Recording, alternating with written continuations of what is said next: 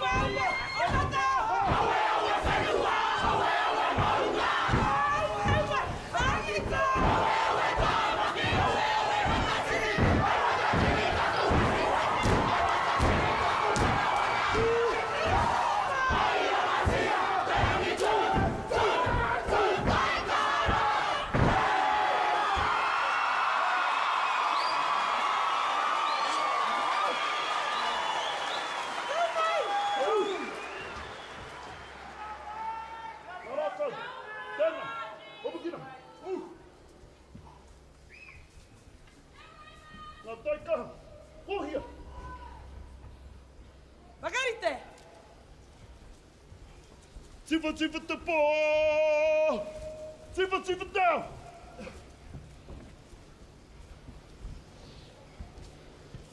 Sifa te po!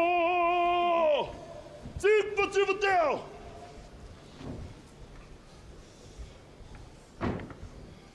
Hei, tariri o mataho!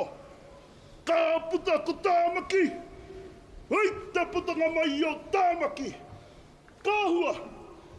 Tēnei kapa!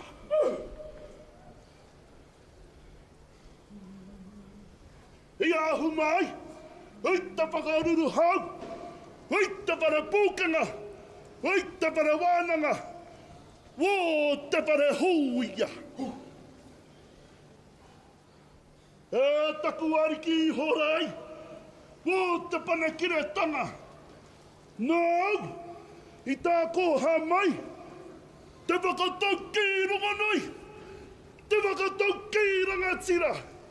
A ki ana te kōrero! Tū pichi a te opo!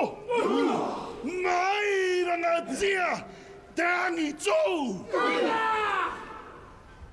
Nara ira e kara! Tahuri mai! Whakarongo mai! Hoki wairua mai rā! Taku whare huia kei ngā lehi. Moi ana te tai o te mākoi, kai o atu koe, ki tua pai huata, peri te iwi puriti a kia mau, puriti a kia ita, taua heti a te mana o te ponui, te rangahia, te ui o te hui a hui, taku whare huia, kua ingane. Rawa tahu I ngā te kahurangi. Wahu mai rangi, wahu kai po te rua nuku. Uhi ki tua, pau ki manuka kai a Hawaii ki. Kai o matohunga, ngā tua ki ata, o te ao Māori e kata mai ana I te pāhui hui. Taku whare huia, ka ingane. Ai o whenua whakai o tāngata. Whakangi whakaro, I rungarangi ti wharawhara, kia koe he topa wairua mai nei. Horapa kau ana, ki o takahangara, hui a te mana, hui a te kura, hui. Taku whare huia, ka ingane. Tu ta whairu mai ai, aniwa e. Tēnā e hui, e koe te rā, e rehu ki te rua, ka hui tahi ki tō manure ngā tahi. Oha ki tia, ngā kupu o titu piti a te hopo, mai rangatia po te angitu hui, hui.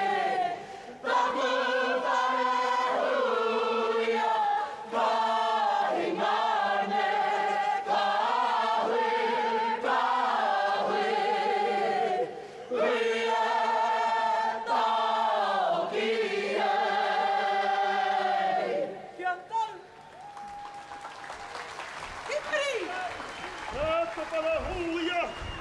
E oki, e oki, e oki. E rau o te huia. E oho, e oho, e oho. E tātai mā, whakarongo mai ki te tangi o te manu huia.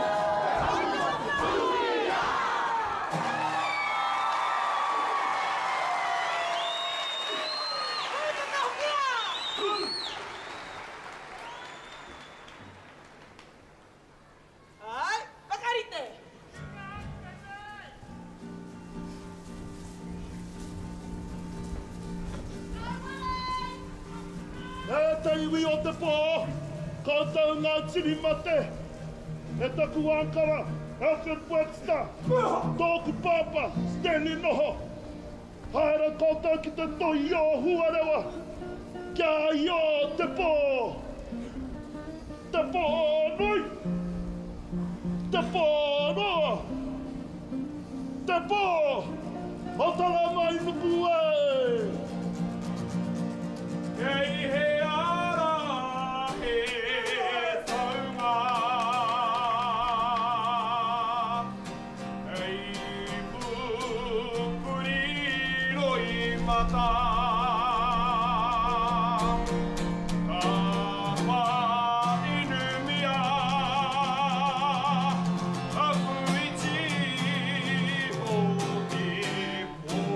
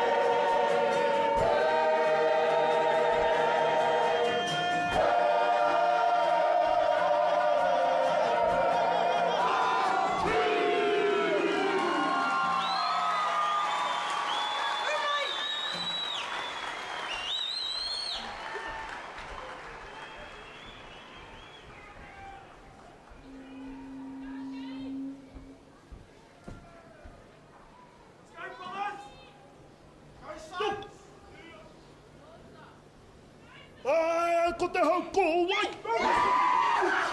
Ko te hau a te tiri. Ko te hau a te mano. Ko te hau te koe. A tāna nui iara ni. Tāna i hohou mai tarongo. O te whanawānanga. Wā, te whare ai.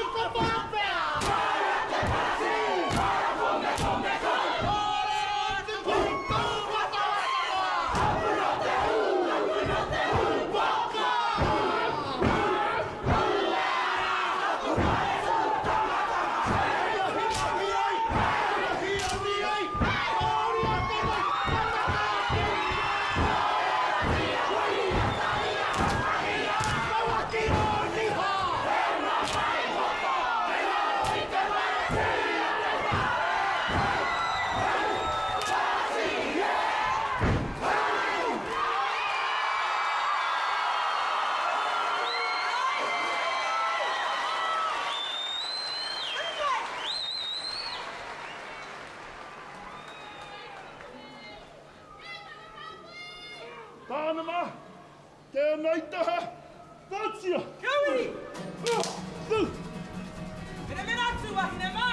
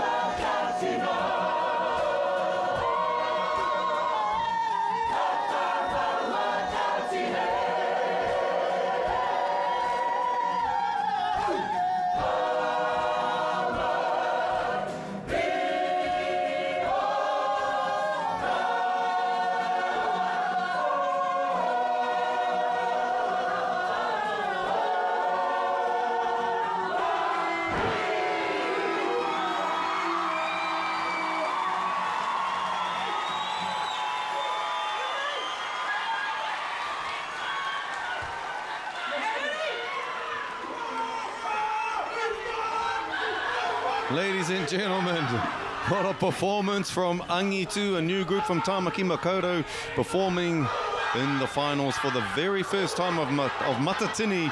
And my word, what a performance. You can see the reaction from the crowd. They're still the crowd favourites. Biggest reception from the crowds. The question is, will they get that kind of reception from the judges? Angitu, ladies and gentlemen, ka mau te wei.